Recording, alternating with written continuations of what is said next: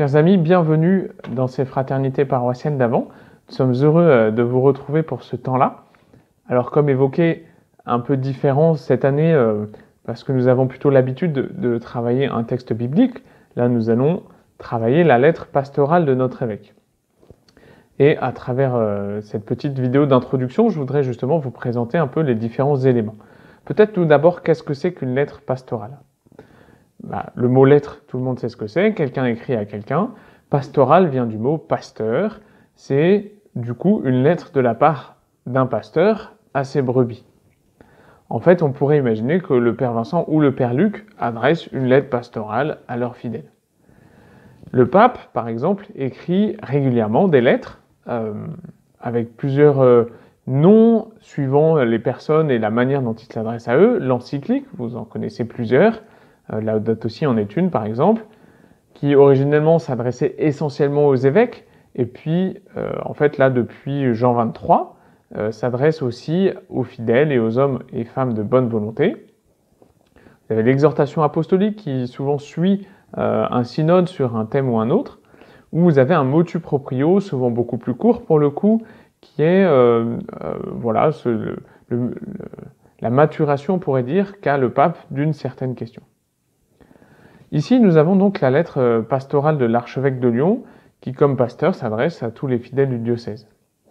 En fait, c'est assez systématique quand on intègre un diocèse que l'évêque prenne le temps d'écrire une lettre qui soit un peu les grandes orientations avec lesquelles il veut essayer de conduire le diocèse.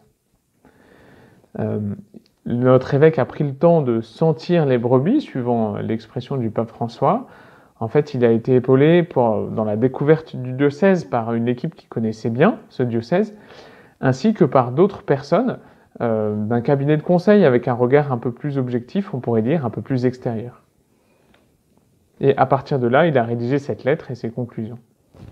Je le cite là dans son introduction. « J'ai bien conscience de m'inscrire dans une longue histoire qui remonte à Saint-Potin, Sainte-Blandine, Saint-Irénée et bien d'autres, avec de belles figures comme le Saint Curé d'Ars, le bienheureux Antoine Chevrier, Pauline Géricault, Gabriel Rosset, l'abbé Paul Couturier, Jeanne Garnier et tant d'autres.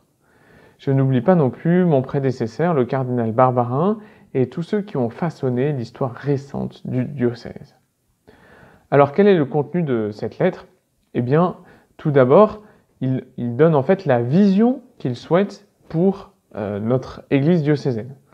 Et cette vision est la suivante, une Église diocésaine fraternelle qui puise son unité dans l'amour du Père et se laisse guider par l'Esprit Saint pour annoncer le Christ avec audace et humilité. Je redis cette phrase dense, mais où on sent bien que chaque mot est pesé. Une Église diocésaine fraternelle qui puise son unité dans l'amour du Père, se laisse guider par l'Esprit Saint pour annoncer le Christ avec audace et humilité.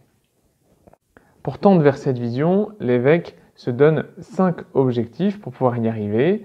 Le premier, travailler à la communion, puis se recentrer sur le Christ, trouver un nouvel élan missionnaire, ajuster notre rapport au monde et enfin dynamiser nos structures et nos modes de fonctionnement. Donc à travers ces fraternités paroissiales, nous voulons traverser chacun de ces chapitres en se laissant interpeller par ce que l'évêque nous dit. Et nous vous proposons pour le coup une modalité un peu différente des fraternités paroissiales précédentes.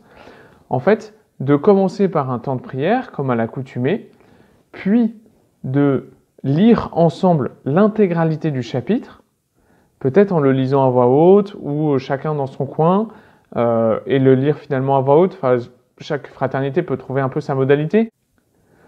Ce qui est important pour nous, c'est que chacun des participants ait l'intégralité du texte en tête avant de pouvoir procéder aux échanges.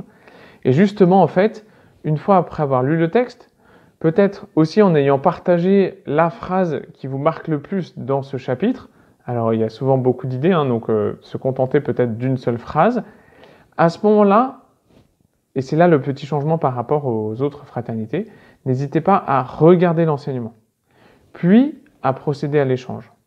Et vous verrez, ça la guidera sans doute un peu plus ce temps d'échange et de réflexion commune. Et enfin, si cela est possible et dans votre rythme, n'hésitez pas à partager un moment de convivialité ensemble. Chers amis, je vous souhaite vraiment de pouvoir profiter de ces temps-là et de vous laisser interpeller et puis d'être nourris par ce beau texte que nous adresse notre évêque. Bon temps d'Avent à chacun d'entre vous.